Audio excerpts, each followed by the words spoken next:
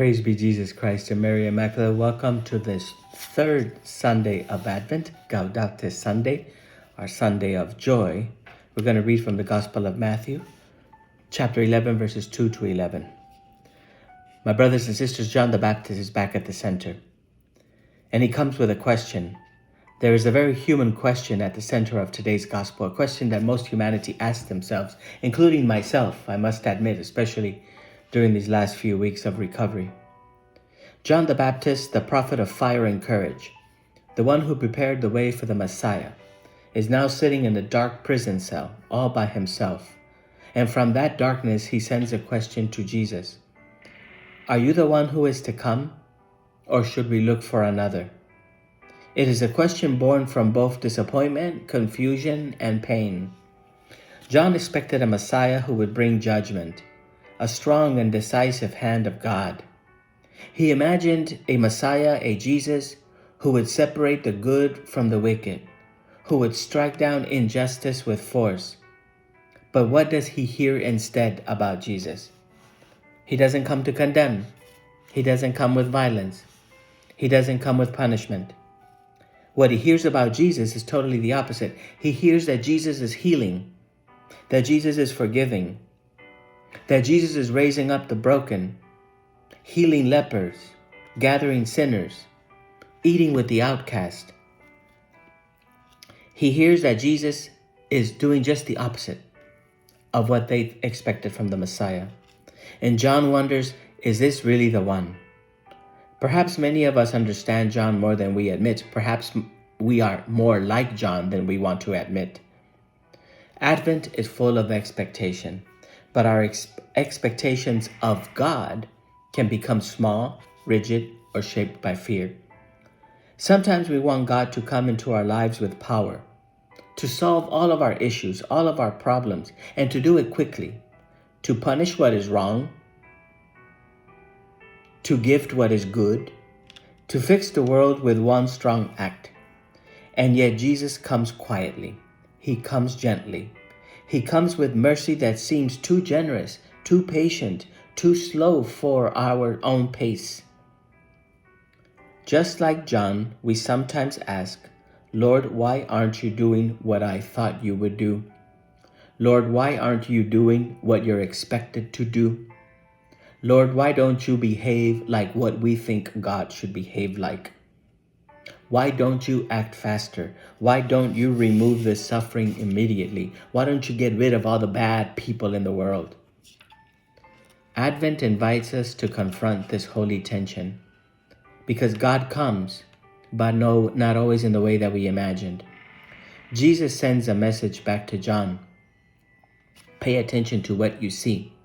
The blind see, the lame walk, the lepers are cleansed, the deaf hear, the dead are raised, and the poor receive the good news.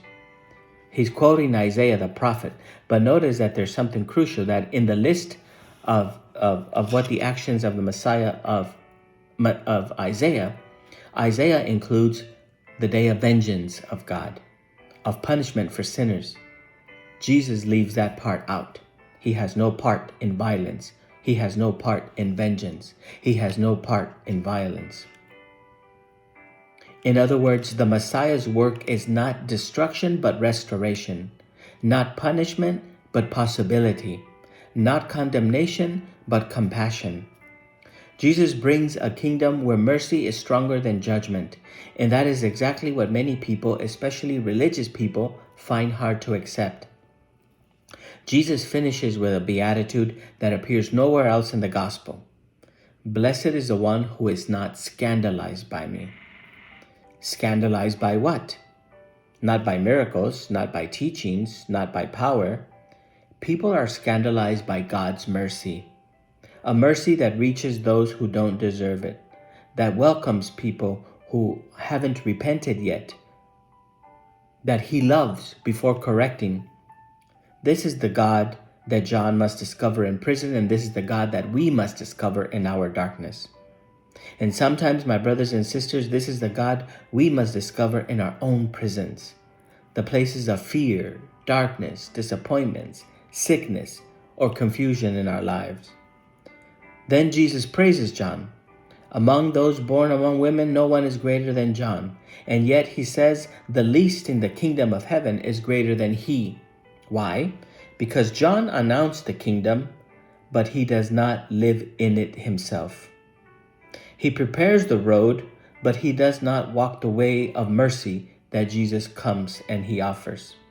He is the last and the greatest of the figure of the old world, but the new world, the new gospel valued, even in its smallest member, stands on a different foundation, the experience of God's unconditional love.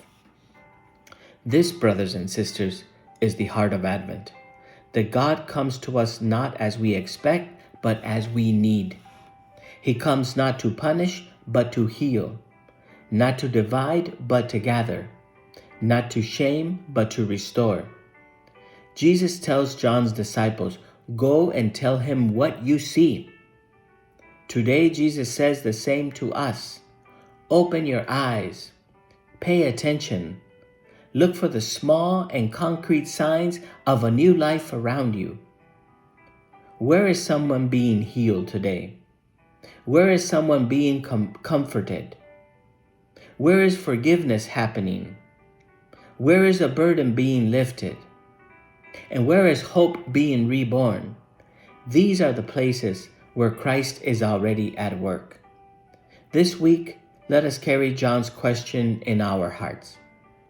Jesus, are you the one for me?